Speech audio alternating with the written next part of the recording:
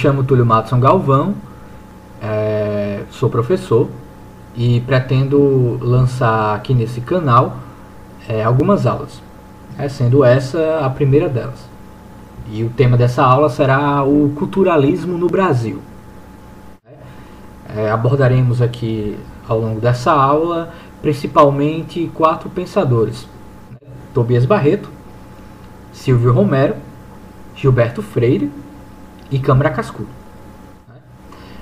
Os 2 primeiros, Tobias Barreto e Silvio Romero, estão aí na primeira geração do que ficou conhecido como a Escola do Recife, a geração de 1870, como ficou conhecida, e eles sofreram influência sobretudo do pensamento alemão, e cabe destacar aqui que durante o século XIX havia uma influência muito grande do pensamento francês na intelectualidade brasileira, não apenas nas artes, mas na filosofia e sobretudo no direito. E a Escola do Direito do Recife surge junto com a Escola de Direito de São Paulo, fundada ao mesmo tempo, no mesmo dia, pelo imperador Dom Pedro II. Eram as únicas escolas de direito no país até então, e essa influência do pensamento francês tem como polo irradiador, sobretudo, a Escola de Direito de São Paulo, principalmente através de Luiz Pereira Barreto, que depois de ter estudado na França, ou na Bélgica, desculpe, traz para a Escola de Direito toda essa influência do positivismo francês que rondava a intelectualidade francesa da época, E para se contrapor a isso, Tobias Barreto aprende por conta própria o alemão, e passa a ter contato com pensadores alemães até então desconhecidos no país, sobretudo os pensadores do neocantismo, da escola de Bâle, da Universidade de Heidelberg, e alguns outros como Schelling, Cohen, enfim. E ele vai trazer esse pensamento, não apenas o pensamento filosófico alemão da época, mas sobretudo também o direito alemão. E o primeiro Código Civil foi em grande parte feita por um discípulo do Tobias Barreto, e sofreu forte influência do direito alemão, e o Tobias Barreto foi o primeiro a difundir isso por aqui. Posteriormente, o Silvio Romero também. Essa aula é uma aula introdutória. O objetivo dela é apresentar as temáticas que serão abordadas nos próximos vídeos. Portanto, ela tem um caráter mais superficial. Pretendo pelo menos dedicar 1 a 2 vídeos para cada um desses pensadores, para Tobias Barreto, Silvio Romero, Gilberto Freire e Câmara Cascudo. Então aqui nosso objetivo é fazer um apanhado geral, de modo a apresentar as aulas que virão a seguir.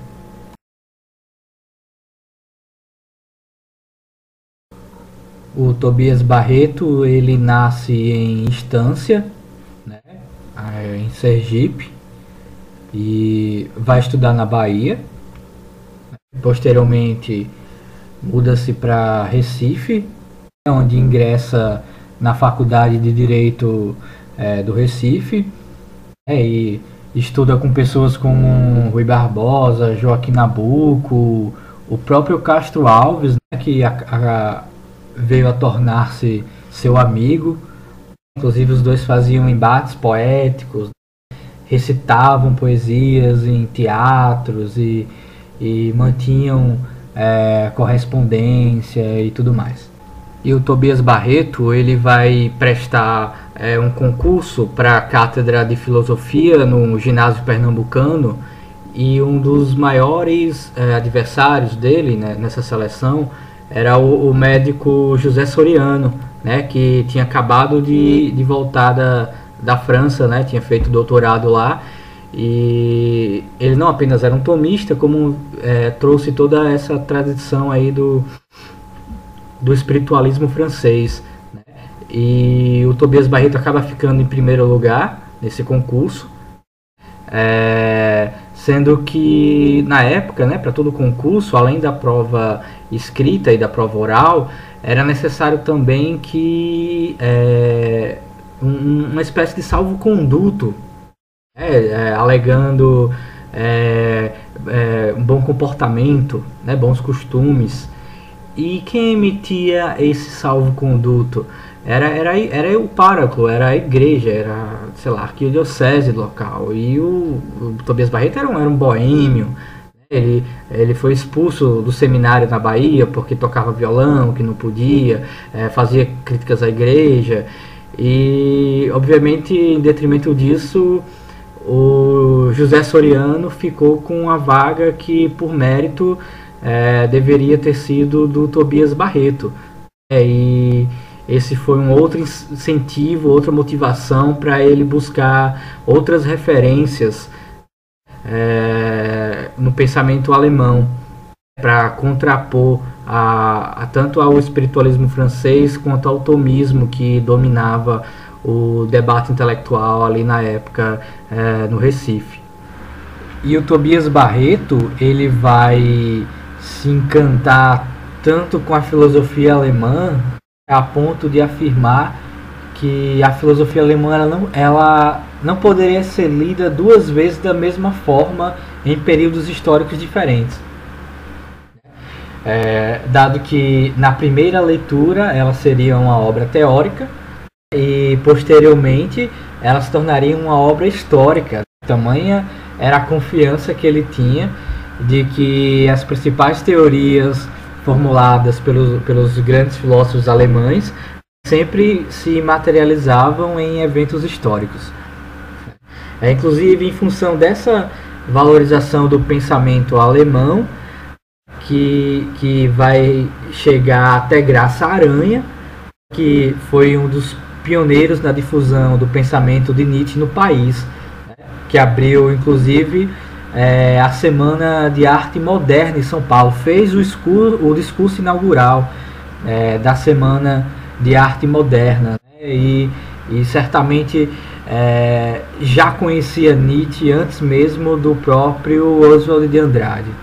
Então o Tobias Barreto ele vai absorver toda essa discussão aí do neocantismo alemão, cujo lema, cuja palavra de ordem era o Zurück zu Kant, que é um retorno a Kant, uma volta a Kant, né? E a intenção era exatamente se opor ao idealismo de Hegel, que estava muito presente nos meios acadêmicos alemães, assim como o próprio cientificismo positivista, né, nos moldes do Comte, né, que irradiava da França. E haviam dois grandes centros irradiadores aí desse neocantismo, né, uma era a escola de Baden, né, e a outra era a escola de Marburg, né, que nos proporcionou nomes como o Husserl, né, o Heidegger, e foi fundamental para consolidar esse debate do neocantismo. Por quê, né? Qual era o contexto? Após Hegel, após a morte de Hegel, a filosofia ela perdeu muito espaço nas universidades, né, no meio acadêmico como um todo. De alguma forma a filosofia caiu em descrédito, né? Muita gente pregava inclusive o seu desaparecimento. Não podemos esquecer aí que o positivismo pregava que haviam 3 explicações para tudo, né? Uma mítica, religiosa, uma filosófica e por fim uma científica. Ou seja, todo assunto que está em ordem, na ordem mítica, passará para uma explicação filosófica e posteriormente passará para uma explicação científica, o que você deduz daí que uma hora a filosofia vai acabar, porque a ciência vai responder todas as questões que hoje estão sendo discutidas no âmbito da filosofia. Então esse retorno a Kant, ele tenta resgatar, né, esse papel da filosofia como dando um norte, né, como retomando o papel essencial que a filosofia tem para pensar a ciência. Né? E tanto é que o próprio Foucault ele vai falar lá na Antropologia do ponto de vista pragmático de Kant que somos todos neocantianos, porque esse retorno a Kant era a forma encontrada para retomar esse papel que de alguma forma o positivismo e o idealismo de Hegel tirou da filosofia. E talvez influenciado aí pelo monismo, né, de Haeckel, o Tobias Barreto ele vai entender a cultura como uma espécie de depuramento, uma seleção acumulativa de valores e conhecimento de um determinado povo, né? Que através de uma seleção até de ordem estética também, vai selecionando alguns atributos ao longo da história, né? E essa seleção que um determinado povo faz é a cultura, né? E é uma dinâmica muito parecida, portanto, com a do evolucionismo, né? Aquelas manifestações culturais que são úteis a um determinado povo, elas permanecem e são passadas para frente. E certamente há uma forte influência aí do pensamento kantiano, né? Quando Kant apresenta a cultura na crítica da faculdade do juízo como uma capacidade racional do homem em escolher os próprios fins, né? Que é exercendo com isso a sua liberdade perante a natureza, né? Então o Tobias Barreto ele vai ter a mesma definição de cultura, né, que o Kant dá. E a intenção do Tobias Barreto, né, era também se opor à sociologia de Comte, especificamente o determinismo social de Taine, que defendia que a cultura pode ser explicada por 3 causas eficientes: o ambiente, raça e momento histórico. Então, se você quer analisar uma cultura, você deve investigar essas causas eficientes. Não é à toa que o Euclides da Cunha, influenciado pelos positivistas, vai dividir a sua obra Os Sertões, né, em 3 partes: a terra, o homem e a luta, né, seguindo exatamente essa cartilha do determinismo social de Taine. Ora, para Tobias Barreto, né, a cultura ela só pode ser explicada pela sua finalidade, uma vez que o homem tem a capacidade de realizar um plano por ele mesmo traçado e atingir um alvo que ele mesmo se propõe. Então ele vai ser contra essa tentativa de imputar causas eficientes, né, na cultura, porque ela é uma causa final. E ele irá falar isso sobretudo numa obra chamada Variações Antissociológicas, né, onde ele irá atacar a sociologia de Comte, né, o pensamento positivismo de Comte, né, e o que Tobias Barreto queria combater nisso era não apenas a caracterização da sociologia como a ciência ou a tentativa de se sistematizar a cultura, né, em um sistema científico, né, para ele a cultura não é passível de ser analisada pela ciência, porque a cultura trata do ser do homem, né? E a resposta para isso, o ser do homem, que é ser homem, não podia ser dado na visão de Tobias Barreto, nem pela sociologia, nem pela antropologia, que nem estava em voga na época dele, mas devia ser dado assim pela filosofia, né? E também era objetivo do Tobias Barreto, né, não apenas contrapor essa influência francesa, né, mas também o pensamento aristotélico, a ontologia aristotélica, né, e atomista também. E é importante lembrar que havia uma influência muito forte do pensamento escolástico, né, na filosofia produzida no país, inclusive na própria Escola de Direito do Recife. O seu amigo Silvio Romero, que foi seu aluno também, ao defender a sua tese de doutoramento, né, vai afirmar na banca que a metafísica está morta, né? Isso vai gerar toda uma polêmica. O pessoal da banca vai ser irônico, né? Vai perguntar a ele se não foi ele mesmo quem matou, né? Ele vai responder que foi a civilização, e vai se gerar toda uma polêmica, e ele vai acabar abandonando a sua banca, né? Chamando os seus julgadores de ignorante e tudo mais. Isso vai motivar o próprio Tobias Barreto a escrever um texto chamado Deve a Metafísica Ser Considerada Morta, né? Respaldando algumas teses defendidas pelo Silvio Romero. E nesse escrito, né, Deve a Metafísica Ser Considerada Morta, do Tobias Barreto, de 1875, ele vai se mostrar consternado, né, por causa que os examinadores do Silvio Romero, né, a banca do doutoramento dele, ter considerado uma heresia, né, a afirmação de que a metafísica estava morta, tendo em vista que desde o século anterior, né, Hume e Kant já haviam proferido ataques semelhantes, né, contra a metafísica clássica, que essa metafísica a priorística, dogmática, inatista, racionalista, né, a metafísica escolástica. Mas apesar disso, ele vai propor que a metafísica ainda vive.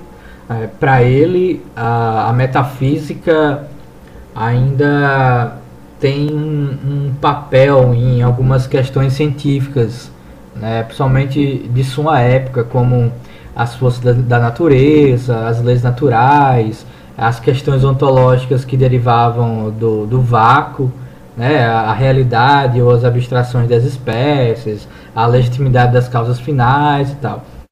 Essa é uma influência do monismo, né, de Haeckel, né, que pretendia unir na mesma teoria as ciências naturais e as do espírito, né?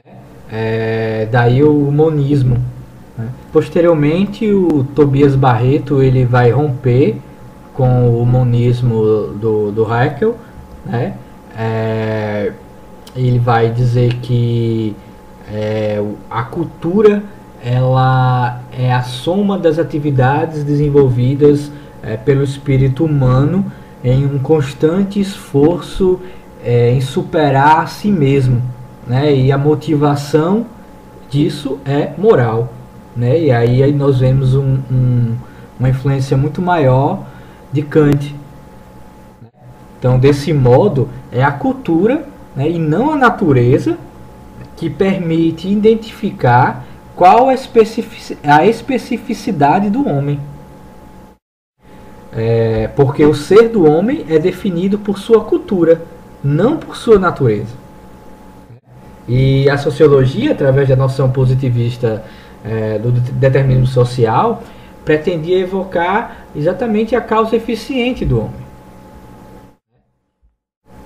Para ele, o homem, diferentemente das abelhas, que produzem o mesmo mel desde Platão, né, ou de certa espécie de formiga lá, que ele fala, que é naturalmente escravista na visão dele, pode mudar sua natureza. Ela não está predestinado a certos determinismos naturais.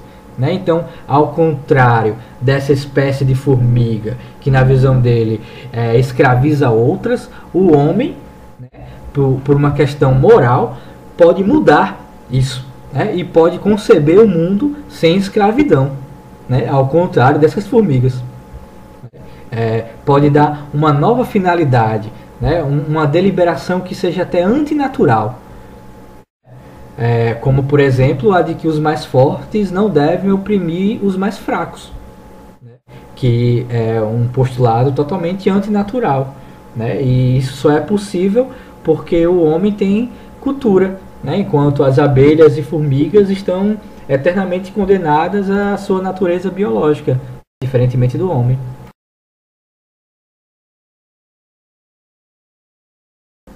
O Silvio Romero, ele foi um influente crítico literário, tinha trânsito livre na corte, né?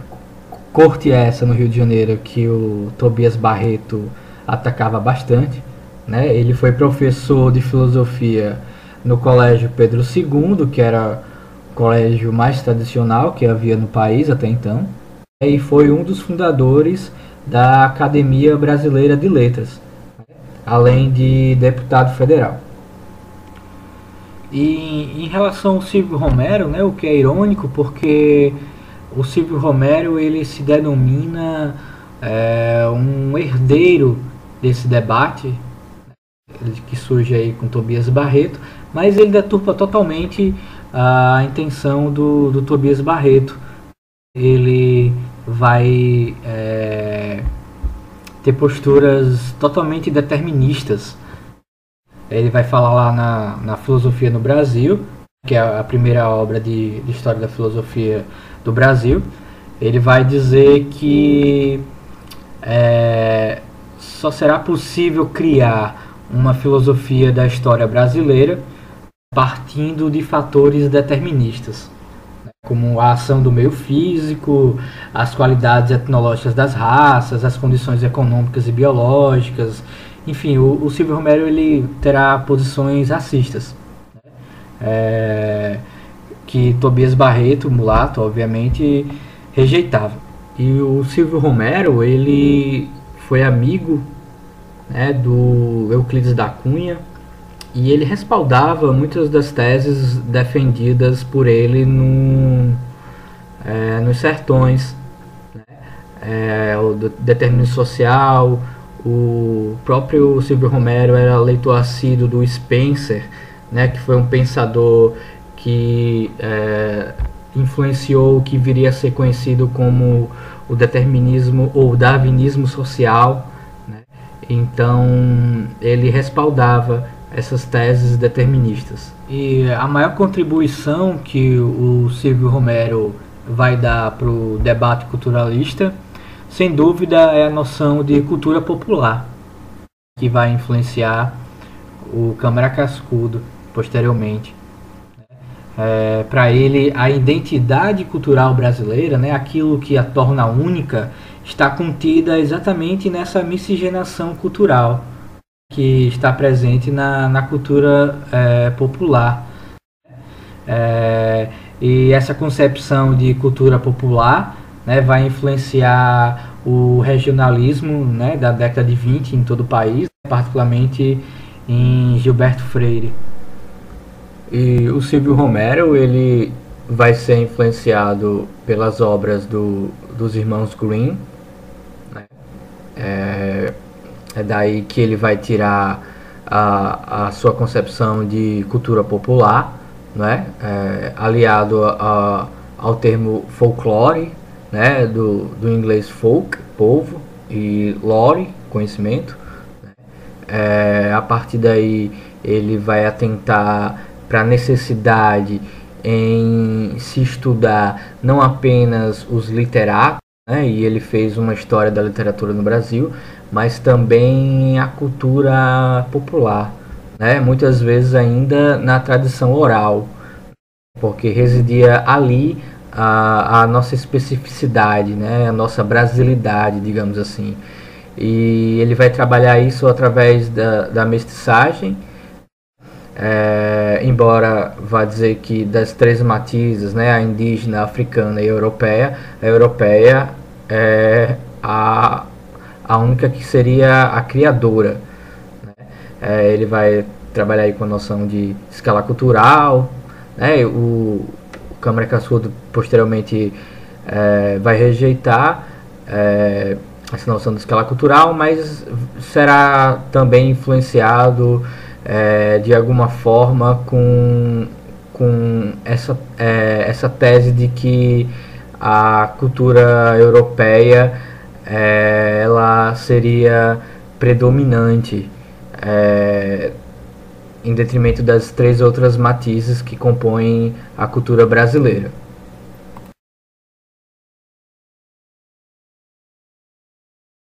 O Gilberto Freire, né, vocês devem conhecer porque dos quatro ele é o mais conhecido.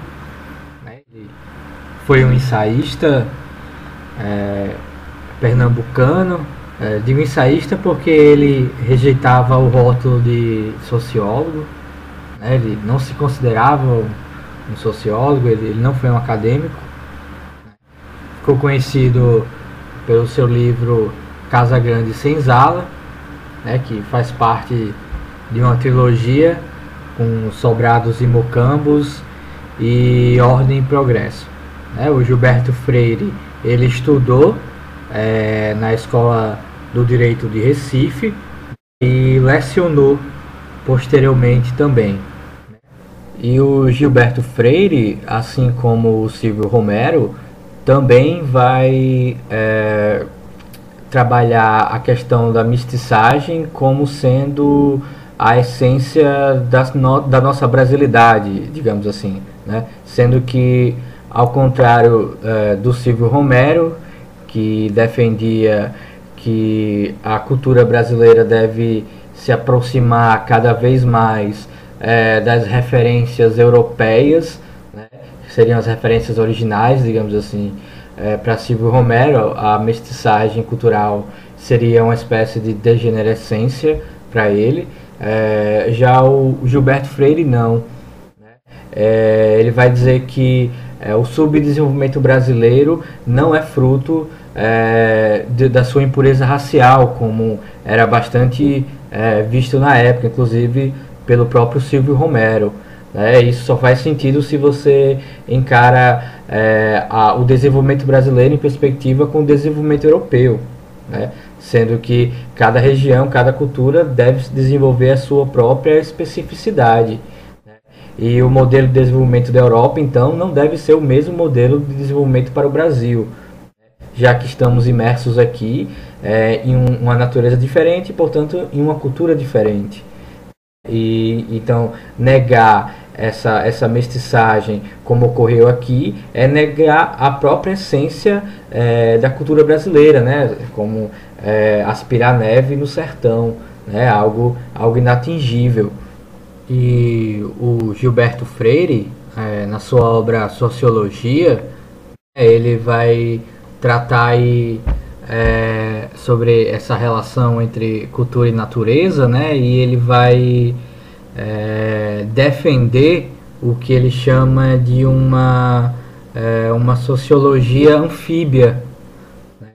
Porque ela seria em parte natural, né? E em parte cultural, né? Daí o seu caráter anfíbio, né? Então, para ele, a sociologia ela não deve apenas levar em conta fatores deterministas, como Silvio Romero, né?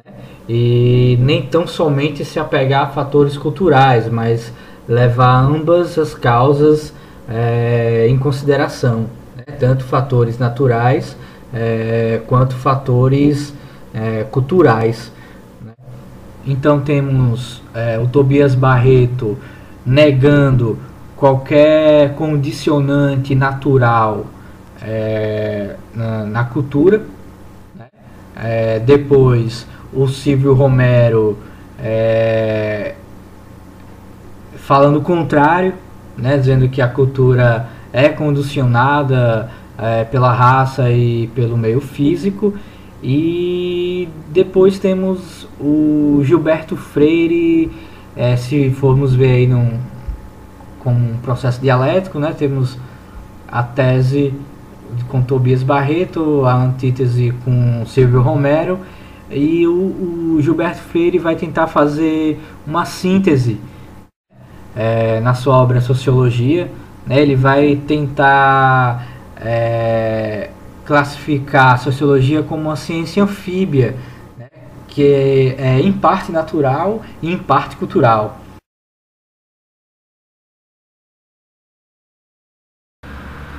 Bom, o Câmara Cascudo, ele foi um historiador, antropólogo ou etnólogo, como ele costuma se definir, né? Potiguar, ele nasceu em Natal, mas vai estudar Direito na Faculdade de Direito do Recife, onde vai absorver toda essa tradição culturalista, né? Sobretudo de Gilberto Freire e Silvio Romero.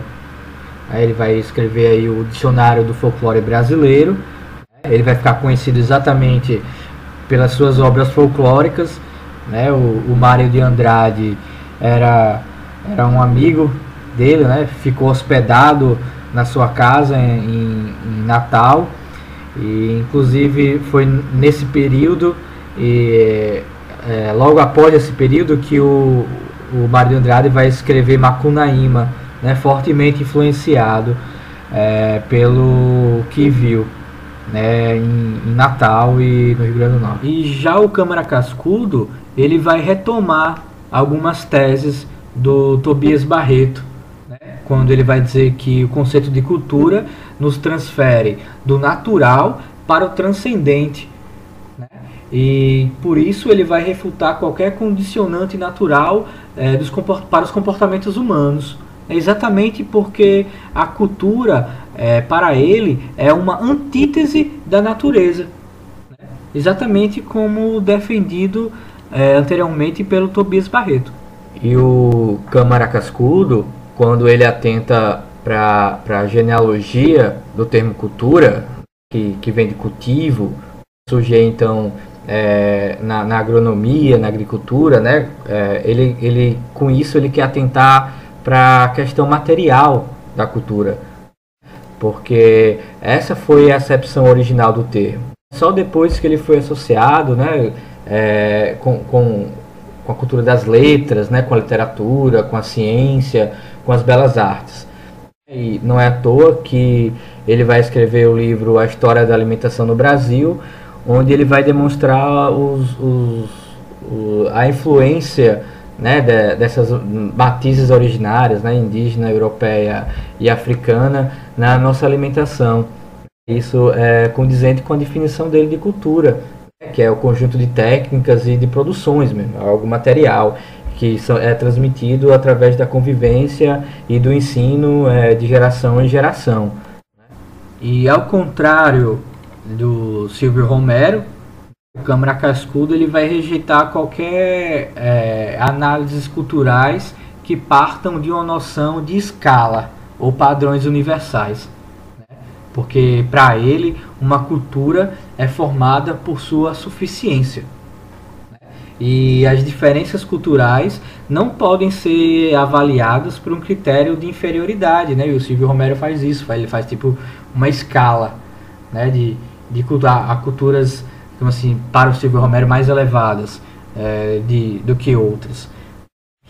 Para o Câmara Cascudo não, porque cada cultura ela é resultado de diversas valorizações locais, de elementos úteis de um determinado povo e uma determinada comunidade, né? Então por isso não se pode estabelecer um critério de avaliação, né, que parte, para ele, um critério de avaliação parte sempre de uma determinada cultura, né, que tenta avaliar as demais por intermédio do que ele chama de aculturação, né? Então Então, quando você coloca uma escala de valores, o que você está querendo colocar em último caso é uma aculturação, que é uma determinada cultura que é ideal e da qual todos os outros povos devem necessariamente se aproximar dela.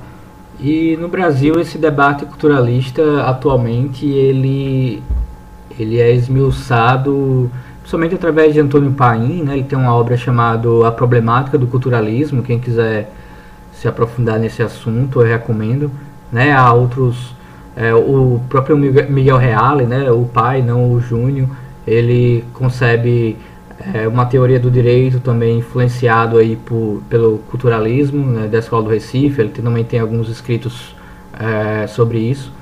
Há também o Nelson Saldanha, que foi um professor da UFPE, Departamento de Filosofia, se não me engano. Ele também tem alguns escritos interessantes sobre esse tema e desses três que eu citei, eu recomendo o Nelson Saldanha porque ele não apenas comenta, mas ele amplifica o debate de uma forma muito interessante, porque ele vai misturar com algumas reflexões sobre a história e tudo mais.